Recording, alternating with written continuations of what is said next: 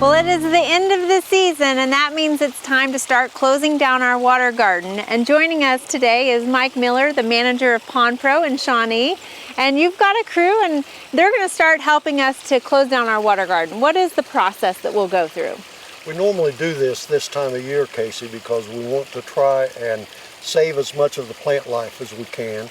We want to get all of the decaying organic matter out of the pond that we can, so it doesn't sit there all winter long and make a noxious gas for the fish to have to live through. So the main things we want to try and do while we're working on this pond is step number one would be to drain the pond. Okay. We want to get the water level down to a workable level where we can get in it, where we can move the fish out. They're easier to catch if there's not as much water, and where we can move the plants out, any of them that we have in pots. Now, you're not just throwing away that water and wasting it, right? Water is very valuable. It contains a lot of nutrient, a lot of fertilizer that's good for your garden. So we recommend that you drain it out and put it into the garden somewhere where it can do some good. And some of that you've actually captured in a tank for your fish. That's so right. They'll transfer better into the water that they're used to versus fresh water. They are less stressed that way. We'll make them feel more at home because it is the same pH, everything is balanced to what they already are. Okay. So that's a benefit.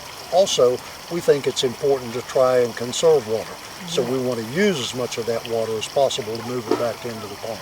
I would assume the sooner you can get the fish back into the water garden, the better as well? Absolutely. If you think about what the typical homeowner might be going through using a small pump or using a garden hose as a siphon, we're talking almost a 2-day affair.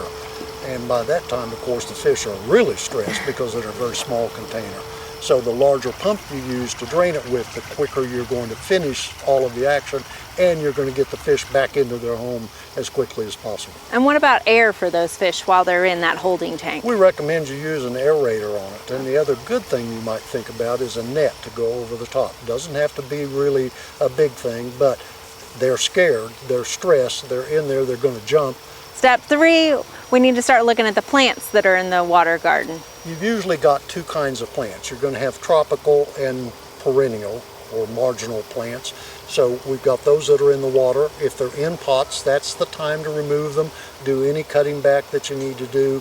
If you're going to put them in a greenhouse, if they're tropical, then you'll do that then. You'll cut back any marginals that are in the pond or encroached on the edges of the pond, and you'll cut back anything just above the water surface. We like to leave 2 or 3 inches above the water surface with anything we cut off. That keeps any of your tubular stalks from letting water get all the way down into the root system. And potentially freezing that crown of that plant. That's right. Okay, and now the next step we need to look at is getting rid of that muck, right? There's going to be some muck down there in the bottom. It's a combination of fish waste. That's going to happen. Then you also in Oklahoma have lots of dirt that blows into a pond because we have some windy days. You have decomposing organic matter that breaks down. All of that's part of the muck that's trapped between the rocks or exists on the bottom if you have just a lined pond. That has to be taken out, and we do that using a stream of water lightly, but from a garden hose. We don't recommend pressure washing. Why not? Many people think our goal is to clean the pond, get it clean. Right. But that's not what we're trying to do. We're trying to get out a lot of that decomposed organic matter. And so there's a lot of green that's growing on the rocks. That's beneficial. That's a biofilm, contains bacteria, naturally occurring, that takes care of some of our water quality issues. So we want to leave that. If you use a pressure washer, you're going to clean it all off and probably going to puncture your liner too. The pressure washer is really a powerful piece of equipment. Okay. So we don't recommend that you use that in your pond. Okay. Just a garden hose with a nozzle on it, and you can do that all the time now. Okay, and what about our filters? We have 2 filters on our water garden here, a biological and a mechanical one. What do we need to do to clean those? Well, mechanical filters are those kinds of things like nets or mesh that trap big particles. Those get caught on there. You can take that and wash it out with your garden hose, even with chlorinated water. Okay. Because our primary function of that filter is to keep it from allowing larger materials to get to the pump or back into the pond. So we want them stopped somewhere that's easily accessed, and that's your mechanical filter. Okay. So take it out, use your garden hose, and clean it off. Then you have a biological filter, and that contains the beneficial bacteria that helps with your water quality. We recommend you use pond water to clean that. Okay. And it's as simple as taking a bucket, taking the bag of the media out and putting it in that bucket. So after we've cleaned our filters and our pond looks clean, what's the next step that we need to do? Is it time to start filling it up? It's time to put all your equipment back together. Okay. So you've got all the filters set back up, and then we'll start filling it with chlorinated water from the tap, which Okay. we're going to pour a dechlorinator in, either a liquid or a powder.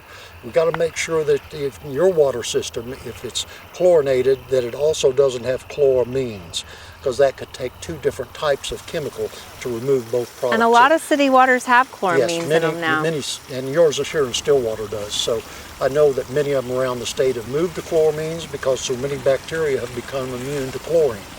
So it looks like we're still adding some more water. We've already moved over our inoculated water that we took from our holding tanks, and we've got our fish coming over now too. But what's the next step we need to do? We need to put a net on it to prevent leaves and stuff? We're a little late this year in putting a net on the pond because we've had such warm weather. Our trees aren't losing their leaves as early as sometimes they do. Now, does the homeowner need to do this every fall? No, it doesn't have to happen to this extent every fall, as long as you're doing some maintenance throughout the year. Typically, what we're worried about is an accumulation of organic matter in the bottom of the pond. We want to test our water regularly to make sure that we're in balance, that we've got no ammonia, no nitrates, no nitrites, and that our pH is good. If we've done those tests and our water quality is good, then what we want to do during the fall is take care of our plants, take care of our filters, and then keep the leaves out. But nope, we don't have to do it every fall, don't have to do it every spring. But I can tell you that the more we've done here today, the less you're going to do in the spring when you take that net off and get your pond ready to go for the new growing season. Excellent. So there's a lot of variables in this ecosystem and a lot of things at play, and we need to remember a clean water garden might not have crystal clean water. That's right. Perfect.